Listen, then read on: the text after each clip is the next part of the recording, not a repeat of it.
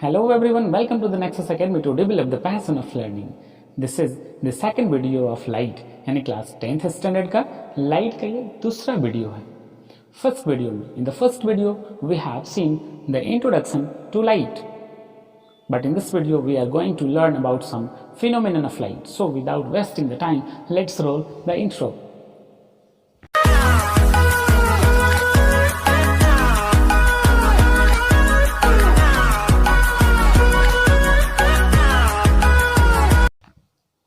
So dear student, in this video we are going to learn about the phenomenon of light, and the first phenomenon जो है that is a reflection of light. प्रकाश का परावर्तन को हम लोग पढ़ने वाले हैं.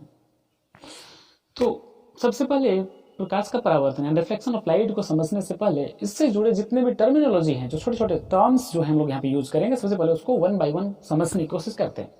The first is the incident ray means the ray of light that falls on the object, यानी प्रकाश की वह किरण जो किसी वस्तु से टकराती है उसे हम लोग बोलते हैं इंसिडेंट रे. क्लियर? जब प्रकाश की किरण किसी वस्तु से टकराती है और टकराने के बाद वह पुनः जब वापस लौटती है that is called the reflected ray, यानी परावर्तित किरण. इंसिडेंट रे दैट इज आपतित किरण, और टकराने के बाद जो जाएगी reflected ray that is called परावर्तित किरण. ठीक है? एंड ये दोनों के बीच में एक लाइन हम लोग ड्रॉ करते हैं, इमेजिनरी लाइन ड्रॉ करते हैं खुद से हम लोग, and that is the normal, that is called normal, and it is perpendicular to the object, to the surface of the object. तो सबसे पहले समझेंगे क्या कि रिफ्लेक्शन ऑफ लाइट पहले होता क्या है. पिछले वीडियो में मैंने बताया था कि रिफ्लेक्शन ऑफ लाइट होता क्या है, प्रकाश का परावर्तन होता क्या है. तो सिंपल सा है कि जब कभी कोई लाइट अगर किसी वस्तु पे स्ट्राइक करता है और स्ट्राइक करने के पास वापस जब लौटता है और उसी मीडियम में, उसी माध्यम में जब वापस लौटता है, तो इस प्रकाश की जो फिनोमिनन जो है, ये घटना जो है, इसे हम लोग प्रकाश का परावर्तन करते हैं, यानी रिफ्लेक्शन ऑफ लाइट करते हैं.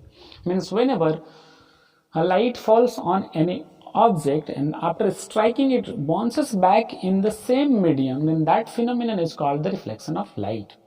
यानी जब प्रकाश का किरण किसी वस्तु पर टकराती है, टकराने के बाद वो पुनः उसी माध्यम में लौट जाती है, that is called the reflection of light.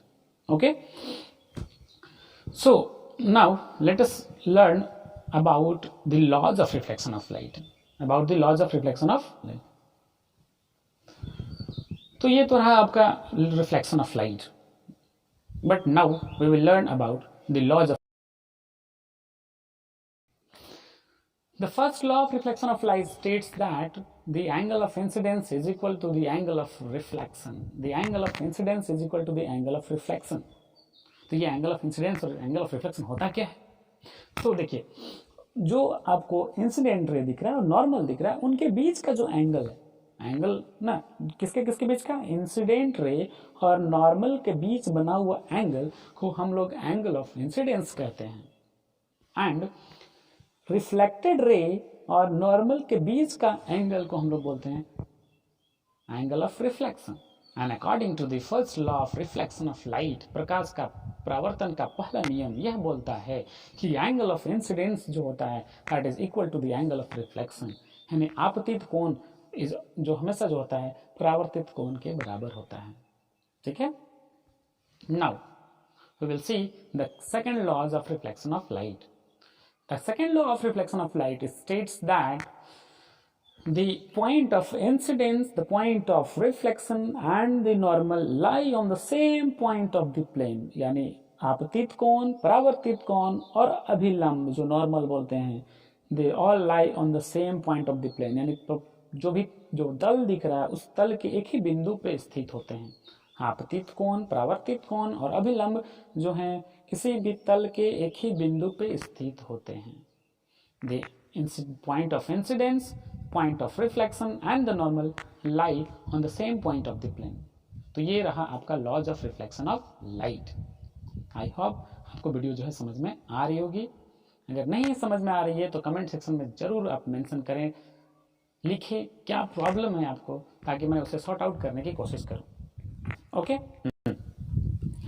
Now we will learn about the formation of image in a plane mirror, यानी plane mirror, समतल दर्पण.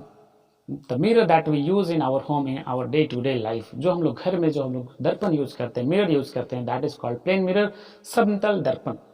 तो उसमें जो प्रतिबिंब जो बनेगा वो कैसा बनेगा, उसका प्रकृति क्या होगा, what will be the nature of the image that is formed in a plane mirror. तो उस चीज को समझने से पहले एक मिरर देखिए, मिरर के सामने एक वस्तु को रखिए, एक ऑब्जेक्ट को रखिए, ठीक है. For example I have placed an object in front of the mirror. तो मिरर में जो इमेज बनेगा वह सबसे पहले ध्यान दीजिएगा क्या कि जो दर्पण है उससे जितनी दूरी पे आप ऑब्जेक्ट को रखेंगे यानी वस्तु को रखेंगे, दर्पण से ठीक उतनी ही दूरी पे जो है आपका इमेज बनेगा यानी प्रतिबिंब बनेगा. Means the distance of the image from the mirror is equal to the distance of the object from the mirror, यानी दोनों की दूरी समान होगी. पहला point. Second point is that प्रतिबिंब की ऊंचाई जो है वस्तु की ऊंचाई के बराबर होती है. Means the height of the image is always equal to the height of the object. दोनों का हाइट जो है इक्वल होगा. Now the third point is that the image is always laterally inverted, यानी लेफ्ट का राइट और right का left. अगर आप अपने लेफ्ट हैंड को उठाएंगे, रेज करते हैं, तो मिरर में ऐसा प्रतीत होगा कि आपने अपने राइट हैंड को उठाया है. लेफ्ट को रेज करेंगे तो राइट लगेगा, राइट को उठाएंगे तो लेफ्ट लगेगा. This is called laterally inverted. Laterally inverted size wise ना साइड वाइज, ठीक है.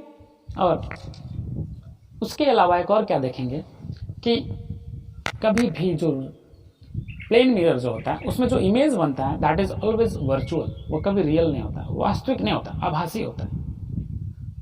पता है ना. क्योंकि वो जो इमेज जो आपको अंदर में दिख रहा है वो सचमुच का नहीं है, दैट इज इमेजनरी, काल्पनिक है वो. Means the image that is formed in a plane mirror is always virtual, that is not real, यानी आभासी होता है, वास्तविक नहीं होता है. और अगर डिफिनेशन जानना चाहते हैं कि रियल इमेज और वर्चुअल इमेज क्या होता है तो बोलेंगे the images that can be brought on the screen. वैसा इमेज को स्क्रीन पे उतारा जा सके, लाया जा सके, that is called real image, वास्तविक प्रतिबिंब है. और जिसको स्क्रीन पे नहीं ला सकते हैं that is called the virtual image, आभासी.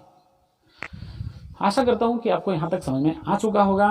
अब हम लोग डिस्कस करेंगे स्फेरिकल मिरर के बारे में. सो स्फेरिकल मिरर देखिए होता क्या है.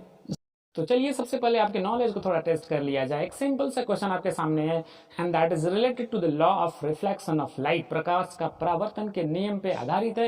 एक सिंपल सा क्वेश्चन है. क्वेश्चन आपके सामने ये रहा. फटाफट स्क्रीन को पॉज करें और क्वेश्चन को सॉल्व करने की कोशिश करें. क्वेश्चन बनता है तब भी, ना बने तब भी कमेंट सेक्शन में आप मेंशन करें. अगर आंसर आता है तो आंसर को भी कमेंट सेक्शन में मेंशन करें. चलिए फटाफट हम लोग मूव करते हैं अगले टॉपिक की तरफ, दैट इज स्फेरिकल मिरर, गोलीय दर्पण. गोलीय दर्पण. The spherical mirror are of two types. The first is concave mirror and the second is convex mirror. Concave, cave means गुफा की तरफ, केव गड्ढा होगा तो concave यानी इस पार्ट में आपका यानी कॉनकेव जो दिख रहा है, गड्ढा दिख रहा है, उस वो आपका रिफ्लेक्टिंग सरफेस है, वहां पे आपका इमेज बनेगा. और बाहर की तरफ जो है पॉलिश्ड किया हुआ है, बाहर की तरफ पॉलिश्ड किया हुआ उसकी ट्रांसपेरेंसी को खत्म करने के लिए. अगर कोई ग्लास ट्रांसपेरेंट होगा तो लाइट तो रिफ्लेक्ट नहीं होगा बॉस. इसलिए लाइट को रिफ्लेक्ट करवाने के लिए बैक पोर्शन में उसका पीछे ना बिहाइंड द मिरर क्या किया गया, पॉलिश किया गया है. तो ये पार्ट जो दिख रहा है, केव वाला पार्ट दिख रहा है आपको, वहां जो है आपका इमेज बनेगा, दैट इज रिफ्लेक्टिंग सरफेस. और बाहर वाला पार्ट जो दिख रहा है that is polished surface, polished surface. तो बोलेंगे when the reflecting surface is in inward direction then that is called concave mirror. अंदर की तरफ बोलेंगे, अंदर की तरफ अवतल, अंदर की तरफ अवतल. उसके बाद है दूसरा इमेज को देखिए, दूसरे डायग्राम को देखिए, that is convex mirror. Convex mirror, convex mirror में क्या दिख रहा है आपको, कॉन्वेक्स मिरर में यही दिखेगा आपको कि रिफ्लेक्टिंग सरफेस जो है दैट इज आउटवर्ड, बाहर की तरफ है, बाहर की तरफ. और पॉलिश सरफेस जो है दैट इज इनवर्ड, अंदर की तरफ है. उसको बोलते हैं उत्तल. उत्तल सिंपल से इमेजिन कीजिए, स्पून का इनर पार्ट, अंदर वाली पार्ट में अगर आप अपना फेस को एज्यूम करके देखते हैं that is concave mirror, spoon को पलट के अपने फेस को अगर आप देखते हैं, इमेज को देखते हैं, स्पून को पलटने के बाद बोले कॉन्वेक्स मिरर। मेरे ख्याल से आपको यहाँ तक समझ में आ चुका होगा। अब हम लोग जो है इसके बारे में नेक्स्ट वीडियो में डिस्कस करेंगे, इमेज का फॉर्मेशन के बारे में कि कॉनकेव मिरर और कॉन्वेक्स मिरर में इमेज का नेचर जो होता है, कैरेक्टरिस्टिक्स जो होता है वह कैसा होता है, उसकी प्रकृति कैसी होती है। आज के लिए इतना काफ़ी है, वीडियो लेंदी ना हो जाए इसलिए मैं यहीं तक स्टॉप करता हूँ। हमारी वीडियो अगर आपको अच्छा लगता है तो प्लीज़ एक छोटा सा लाइक कर दें। आपकी एक छोटे से लाइक से हमें बहुत खुशी मिलती है। शेयर करें, नए हैं तो सब्सक्राइब करें। ठीक है, मिलते हैं अगली वीडियो में। Till then have fun, bye bye.